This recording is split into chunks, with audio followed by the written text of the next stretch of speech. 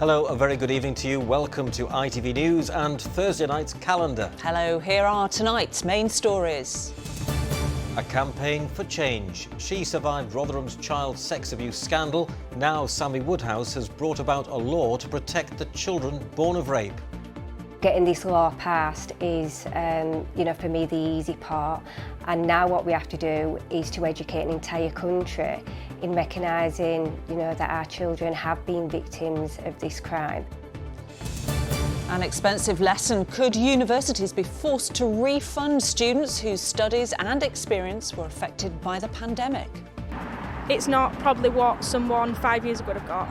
So obviously we've paid the exact same price, me and someone 5 years ago, but yet we've had different experiences. Transplant buddies, the friends who met on Facebook and changed each other's lives forever.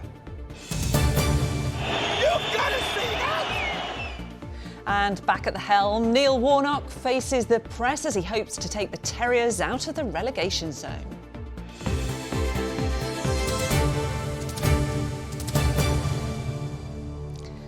Good evening, thanks for joining us. Sammy Woodhouse, a survivor of the Rotherham child sex abuse scandal, has told Calendar that she wants more laws to change to protect victims of child exploitation. She was speaking after her successful campaign to have children born as a result of rape recognised as victims. It followed her own experience of bringing up the child of a man convicted of grooming and rape. Our political correspondent Katie Oscroft has the story. I've been down when David Cameron was Prime Minister. So I met David. Sammy Woodhouse's life has changed dramatically since she became a mother at 16. Her baby boy, the son of a man who had raped her. Arshid Hussain was jailed in 2016. He was the ringleader of a gang of men who groomed and exploited girls like Sammy. Yet he was contacted by the authorities and told he could request visits from his son. I was just so shocked. You kind of just think, how can something like that happen? But getting this law passed is, for me, the easy part. And now what we have to do is to educate an entire country in recognising, that our children have been victims of this crime, and to show exactly what they have been through. Politicians now say the law will soon recognise children born after their mother was raped as victims too. The result of campaigning by Sammy Woodhouse and others like her. What Sammy went through, what 1,500 girls across Rotherham went through was absolutely horrific. And what we want to make sure now is that anyone who's born in such a situation or has a similar situation is protected the best we can in every way, and identify really that people who are victims are treated as victims in our legal system. Sammy Woodhouse was one of almost 1,500 children who were exploited over 16 years in Rotherham. The fallout from this organised child sexual abuse saw the authorities blamed for turning a blind eye and still blights the lives of many victims like her who earned criminal records because of what was happening to them. I've still to this day, even though I'm 37 years old, got a criminal record from something that happened to me when I was 15, and that will be on my criminal record for the rest of my life. So that will affect things such as what jobs I can apply for, and even things such as car insurances and home insurance. You have to declare if you've got a criminal record or not. Sammy Woodhouse says there is still much further to go in learning how to treat children who will soon be classed as victims in the eyes of the law. And Katie joins us in the studio now. Katie, I know from meeting Sammy myself over the years that she's been through an awful lot. But is this, an end to her campaigning now? Well, no, it's not, Ian. You heard her talking to me there about meeting prime ministers. Now, let's not forget that she has the right to anonymity because of the crimes against her, but she waived that right many years ago to campaign against child exploitation. She wants to deliver a training package now, starting with Rotherham Council, which is on her doorstep, so that staff can support children who very soon, in the eyes of the law, will be classed as victims. She also wants further changes in the law so that she and people like her don't have to live their lives with a criminal record. You heard her talk about the practical difficulties that causes on a daily basis. And she also wants there to be a child sexual exploitation commissioner, similar to what we now have a domestic violence commissioner, someone who is specifically there to support victims and survivors. Thank you very much, Katie. Thank you. Thank you, very interesting. Well, next tonight, warnings of powerful winds up to 70 miles an hour in parts of the region tomorrow, with a possibility of damage to power supplies. Northern Power Grid, which distributes electricity to nearly 4 million homes, says teams are on standby. Meanwhile, National Highways are predicting potential problems on the roads from around 6 o'clock in the morning. On some of the more exposed routes, the Transpennine routes, so the A628, the A66, may see gusts as strong as 75 miles an hour. That's likely to lead to restrictions on those routes for high-sided vehicles. More widely, the M1, M62, the A1M are likely to see all those strong winds as well. Well, that's the advice on the roads. Earlier today, we caught up with ITV weather presenter Jo Blythe and asked her about the first named storm of the season. Yes, well, the wider weather picture is that there's a deep low pressure system forming to the north of the UK. It will be moving eastwards as we go through the early hours of tomorrow morning, chiefly affecting Denmark and Scotland. And that's why the Danish Meteorological Institute has named it Otto. It will be affecting Scotland, so the Met Office here in the UK have decided to incorporate it into our first storm of the season. And it will be affecting northern England, certainly, over the next 24 hours. So, Jo, how will it affect us here? While Storm Otto will be affecting Scotland far more than anywhere else in the UK, it is likely here in the north of England we will have a very windy morning. If you're travelling first thing tomorrow, it's best to take care, particularly on the region's higher routes. So that's northern parts of the A1 heading up towards Durham. Also on Transpennine routes, there'll be some very strong gusty winds, probably from around 3 o'clock tomorrow morning until lunchtime at least. Those winds will begin to ease down by tomorrow evening, but not before perhaps we see some branches down from trees. And of course, on the region's higher routes for high-sided vehicles, it will be quite tricky for a time. OK, thanks very much, Jo. We'll see you for a full forecast later in the programme. Next, a student from Sheffield has joined one of the largest joint legal actions in history, claiming that degrees during the COVID pandemic were not value for money. It's thought to be one of the largest joint litigations in history by nearly 90,000 undergraduates who were enrolled on courses from 2020 until 2022. Universities, though, say institutions had to adapt to an unprecedented situation. Nick Smith reports. Those attending university often cherish the experience for the rest of their lives. Memories of that first taste of freedom, living away from home, a chance to forge lifelong friendships and study in a learning environment tailored to their passions. But for the COVID cohort enrolled from 2020 to 2022, it was very different. Chloe Nota is a nursing student at Sheffield Hallam University and began her studies under COVID restrictions, meaning many practical elements of her course were missed, making her feel less confident when on placements.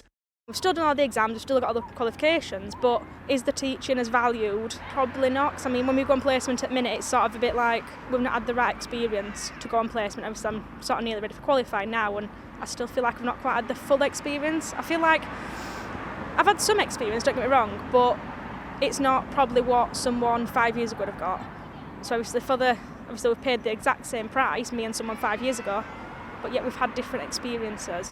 The university says a wide range of measures were introduced to ensure students were not academically disadvantaged. But Chloe is now part of a joint legal case involving tens of thousands trying to claim some of their tuition fees back. One of the solicitors fighting their case says it has a simple basis. These students did not get the experience advertised to them when they applied. People choose a university based upon its facilities and its tuition. So if they'd have wanted to be taught on an online course, there are plenty of distance learning courses out there. That's not what they paid for. But the universities seem to think they're exempt from contract and consumer law in this country. Universities UK is the body representing higher education institutions, and their president refutes the allegation that these degrees were not value for money. The universities were delivering learning and education and were providing support, albeit in a different format. So the costs for the university were still there. We were still paying staff, we were still creating the services and providing a service. And the students, let's remember, met the learning outcomes, graduated on time and were not held back. A test case is due to be heard later this month, involving around 1,000 University College London students. If the judge rules in their favour, it may well set a precedent for tens of thousands of others up and down the country who are seeking refunds. The pandemic may be over, but the long shadow of COVID-19 continues to cast itself over those who had their lives and their studies disrupted by it. Nick Smith, ITV News. Certainly does, doesn't it? Well, you're watching Calendar, still to come. A special bond, how two strangers became best friends after one of them saved the other's life. And Neil Warnock's back in charge of the Terriers. More of this later. I want to enjoy myself. 74-15 games, I'm going to enjoy it. Be like a little kid.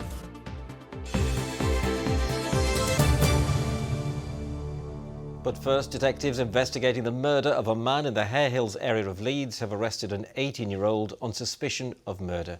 Police have named the victim as Danaiko Ferguson from Leeds. Police found the 27-year-old with stab wounds on Compton Road in the early hours of Wednesday morning. He was taken to hospital but died a short time later. The 18-year-old man remains in custody. An investigation into the actions of West Yorkshire Police following the death of Keithley toddler Star Hobson has concluded that no officers will face disciplinary proceedings or criminal charges. 16-month-old Star Hobson was murdered by her mother's girlfriend, Savannah Brockhill, in September 2020. The Independent Office for Police Conduct looked at the force's response to incidents reported to them before Star's death. It's now highlighted 10 areas of learning for the force to improve, how it responds to reports of child abuse and neglect. Last year saw record numbers of people arriving in the UK to work, to study, to reunite with family and to seek safety. But Rishi Sunak has vowed that this year he will curb illegal immigration and stop the small boats. And while asylum claims are processed, the government has to foot the bill to put up asylum seekers in accommodations such as hotels, including in our region. Well, on the ITV Tonight programme this evening, Adil Ray explores the UK's asylum crisis. Amrit Birdie reports. We will pass new laws to stop small boats, making sure that if you come to this country illegally, you are detained and swiftly removed. Addressing the number of people arriving on our shores seeking asylum has been a key issue for the UK government for many years now, with the Prime Minister vowing this is the year we will see the figure reduced. So maybe it's no surprise that how Britain responds to asylum seekers is at the forefront of many people's minds. You see people arriving in the country being supported by our taxes when we're struggling to pay our bills. Bills. You know the old phrase, heat or eat? That isn't a phrase anymore, that's fact. It's costing like £4,000 a month to keep them in hotels. Conservative MP Tim Loughton agrees that the backlog in processing asylum claims is causing huge issues. So there was a backlog of something like 140,000 applications going back a couple of years, which the Home Office is painfully slow in working towards. The longer you're waiting on the processing of their application, the longer they're in a hotel or being paid for by the taxpayer at huge expense, £6 million a day or whatever it's costing us. This charity, called Asylum Welcome, is trying to support those who have arrived in Britain to claim refuge, witnessing firsthand the pressures the system is under. These are people who are struggling to the point where they can't afford to buy enough food for themselves, because in many cases they have no access to benefits, and more importantly, even where asylum seekers are not allowed to work.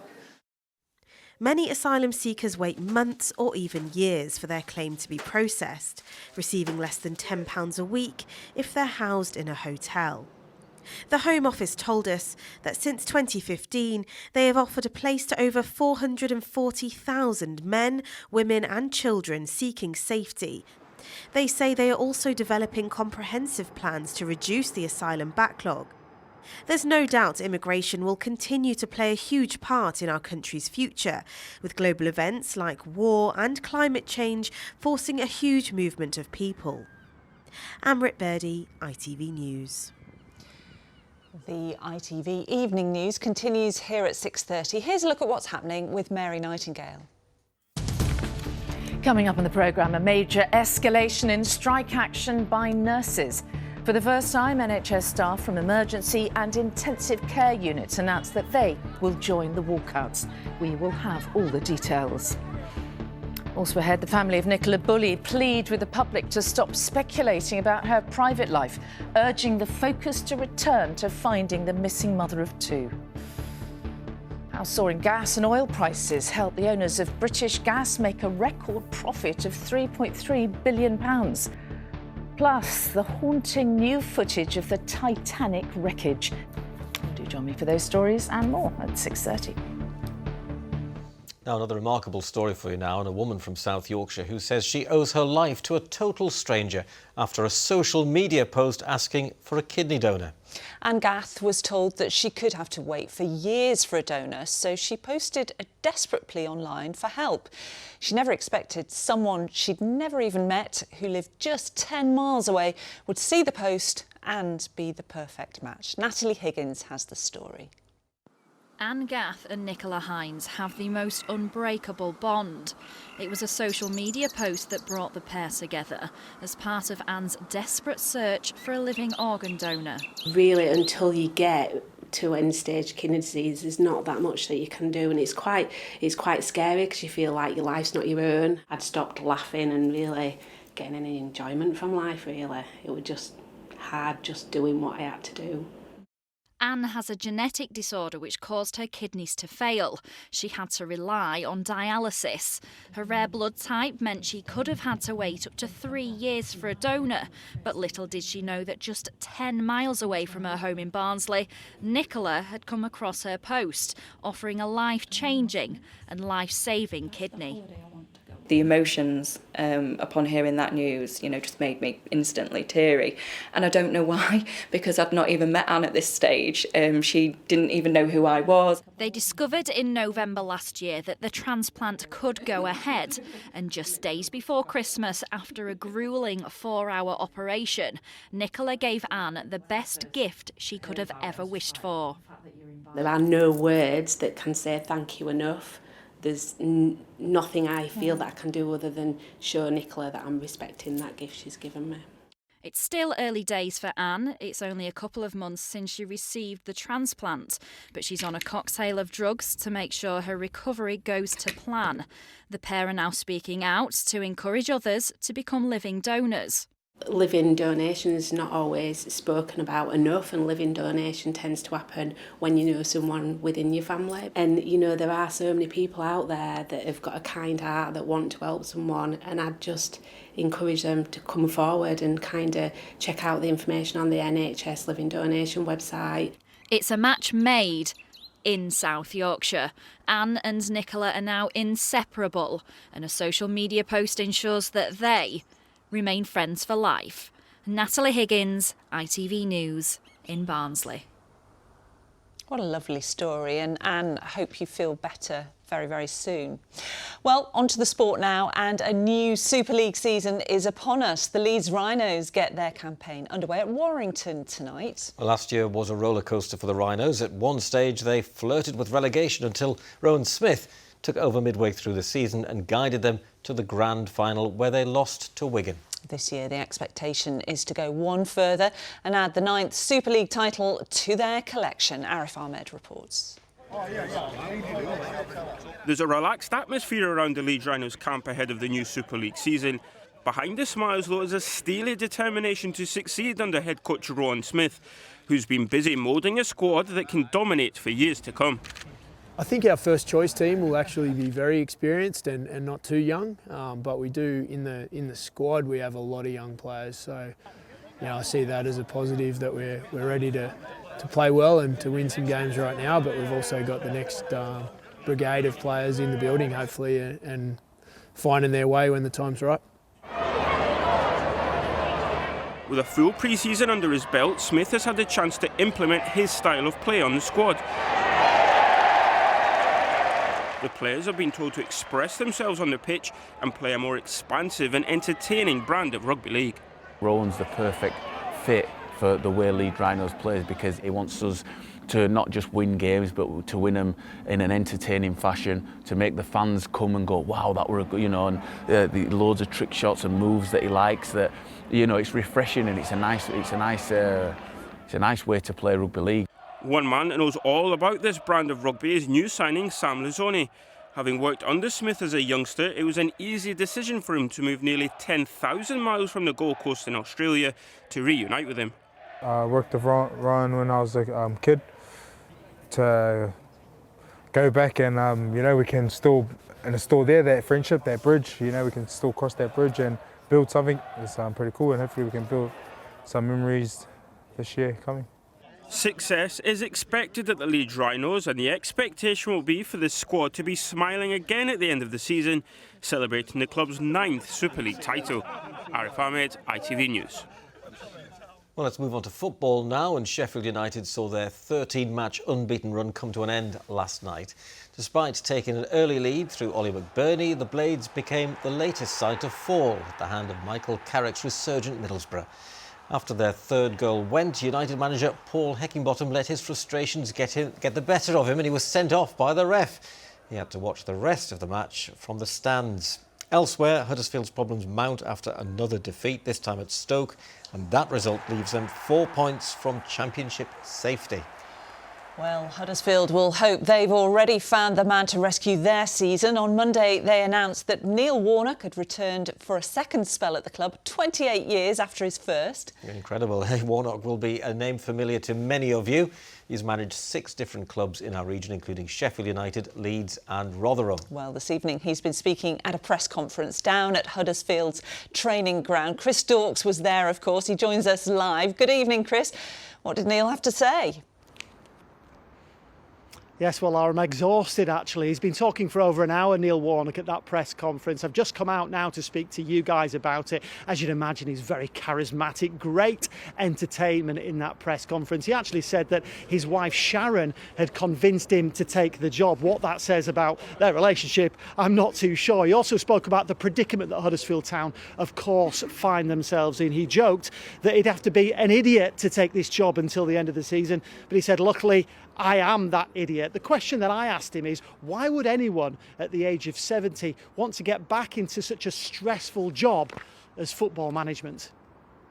No disrespect to you, son, but I mean, there's no stress in this job. You've got a hair like. I think it's just one of those. I know what you mean, because I've got a lovely place. I love Cornwall, where we are. We've got our families down there as well. But it's something you can't replicate. But I would only have come back if Sharon would have said it's okay. I wouldn't have come back for another season or two. So are you with me? You can't do that, really. Well, speaking from the heart there, Chris, we know that Neil's a proud Yorkshireman. He's from Sheffield and he's had success at Huddersfield in the past, hasn't he?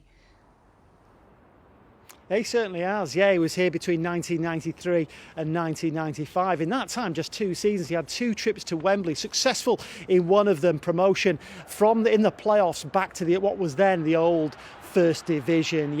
He was very popular during his time here at Huddersfield Town. He left just a few days after that Wembley triumph, but during the time here, yes, fans were very pleased with what he did at the football club, and they'll hope that he can replicate that or achieve some level of success now he's back at the club, albeit on a different scale. He'll be wanting to keep them up in the Championship this season, as opposed to getting them into that division as well. He won't be so popular, though, I imagine, with the referees and assistant referees as well. He's had a few run-ins down the years. They felt the wrath of Neil Warnock over the years, but I asked him whether he's mellowed in his 15 months out of the game.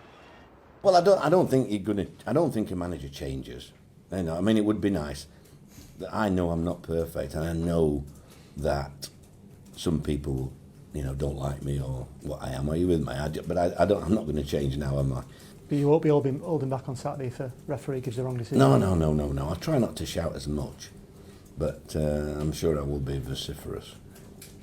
It's a nice word, isn't it, that? Well, whether Neil Warnock is successful or not, we'll have to wait and see. One thing you can guarantee, though, is entertainment. Now Neil Warnock is back in town. Yes, very entertaining indeed. Thanks, Chris, live in Huddersfield. Right, on to the weather now. Here's Joe. Good visibility on the horizon. TUI sponsors ITV Yorkshire Weather. Hello again, a very good evening to you. Some rather windy weather to come tomorrow, particularly for the north of England, but Scotland will face the worst of Storm Otto, certainly. As we go into the early hours of tomorrow, though, very strong gusty winds will pick up for our part of the world. And on the region's higher routes during the rush hour tomorrow and certainly up to lunchtime, driving conditions could be rather difficult. Winds will ease by the end of the day, and there's some rain accompanying that deep low pressure system, which has been named Otto by the Danish Institute for Meteorology. However, low pressure systems continue to feed in through the rest of the week. It is going to be quite unsettled after tomorrow as well, with breezy weather for our part of the world. As we head through into this evening, then nothing too much to worry about, quite quiet conditions, some patchy light rain and drizzle for perhaps north and west Yorkshire as we go through the night. That will tend to ease off, low clouds, some mistiness, and probably into the early hours of tomorrow morning you might hear that wind beginning to pick up, becoming quite gusty before dawn, but a mild night in prospect. We're free from frost. On to tomorrow, the sun will be up at 7:22, setting at 5:19 tomorrow evening. Parts of the region that are likely to be affected by the strongest winds tomorrow morning will be Transpennine routes to start the day and northern parts of the A1 as it extends up towards Northumberland. This is the warning area here, valid until the middle part of the afternoon. But really, once that morning rush hour is over, things will tend to ease a little bit, and after lunchtime, gusts will ease down across the board. Early patchy rain tending to fade away. And during tomorrow afternoon, some sunshine should get out for many parts of the region. 13, perhaps 14 Celsius tomorrow, quite mild on paper, but remaining breezy through into tomorrow evening. Bye-bye for now. TUI sponsors ITV Yorkshire Weather. Now, just before we go, I'm sure you've all heard of the sad passing of Hollywood actress Raquel Welch at the age of 82. Well, it's hard to believe, but she actually graced the Broadacres in June 1991 when her son Damon got married to Rebecca Truman, the daughter of Yorkshire and England cricket legend Freddie Truman, at Bolton Abbey. Here's Raquel posing with her partner at the time. Here's the bride arriving with her dad. For one of those photographers there, it was a day with a difference. The bride's mother turning up last, it was an absolute first for me. There were a few, ooh, you know what I mean, from the crowd of people that were there. People thought that she wasn't going to turn up, you know. We were there for about a week, I think, or about 2 or 3 days, off and on. It was great. It was good to see her, you know, a good memory. Absolutely love it. Wonderful. Well, that's all we've time for now. I'm back at 10:30. Until then, bye-bye. Good night.